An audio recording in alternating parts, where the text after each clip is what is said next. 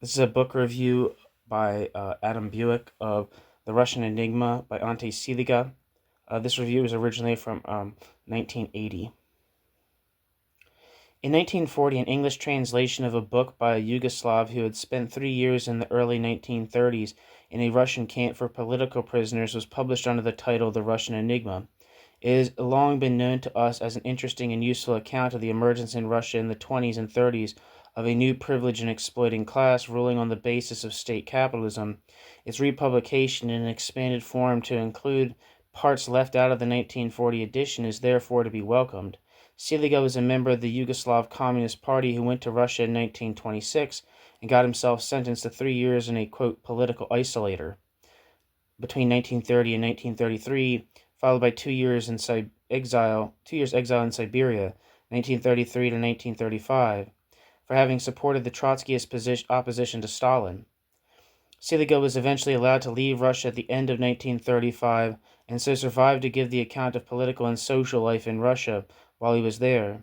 Ciliga entered prison as a Trotskyist, but left it convinced that Russia was state capitalist and not a, quote, proletarian state, as Trotsky said, and that the Bolshevik bureaucracies was well on the way to becoming a new ruling class, exploiting the workers and collective farmers, and enjoying definite economic privileges, special housing, shops, restaurants. In the end, Ciliga also came to see that Lenin, as well as Stalin and Trotsky, was partly responsible for the state capitalism that was evolving in Russia. Most of the chapter, where he describes his break with Lenin entitled, quote, Lenin II, was omitted from the 1940 edition, and so appears here in English for the first time. It is good enough to be published as a separate pamphlet, as it has been in France. In the early 1930s, political prisoners in Russia still enjoyed a special status and were allowed to discuss politics. Ciliga's account of the discussions that went on in his camp make fascinating reading, as every aspect of the, quote, Russian enigma, end quote, seems to have been explored. Was Russia state capitalist or a petty bourgeois state or a, quote, proletarian state? Was the bureaucracy a class or a caste? Would it require revolution to remove them, or could this be done by reform?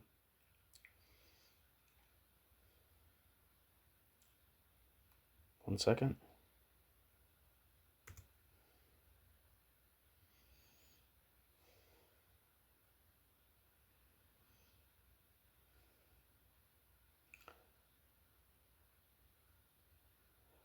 Particularly interesting is the conversation had with a group of Mensheviks he came across in transit from one camp to another.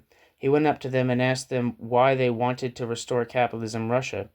He goes on, quote, they were very much taken aback at first by the way in which I had stated the problem. Then one of them answered, quote, it would be perfectly futile to wish to restore capitalism in Russia, for the good reason that capitalism, though in a modified form, exists there and has never ceased to exist, end quote.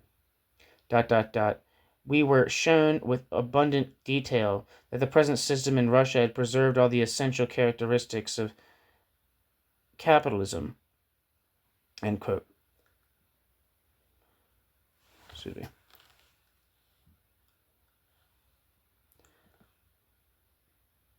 me. Of all of the essential characteristics of capitalism. Commodity production, wages, exchange markets, money, profits, and even partial sharing out of profits among bureaucrats in the form of high salaries, privileges, and so on, end quote. Ciliga. It would be interesting to know whether such ideas, which are the same as ours on this point, still circulate in Russia. Equally interesting and equally correct was the view expressed by a certain V. Smirnov on the revolution. Is Smirnov the democratic centralist?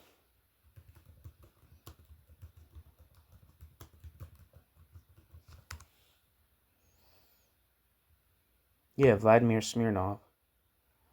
Wikipedia says Vladimir Smirnov lived from 1887 to 1937, was a Russian communist revolutionary, member of the Bolshevik Party from 1907, and Soviet politician, where he advocated a militant and doctrinally pure line. He was a persistent critic of successive party leaders, including Vladimir Lenin and Joseph Stalin, for which he spent years in prison and exile before being executed.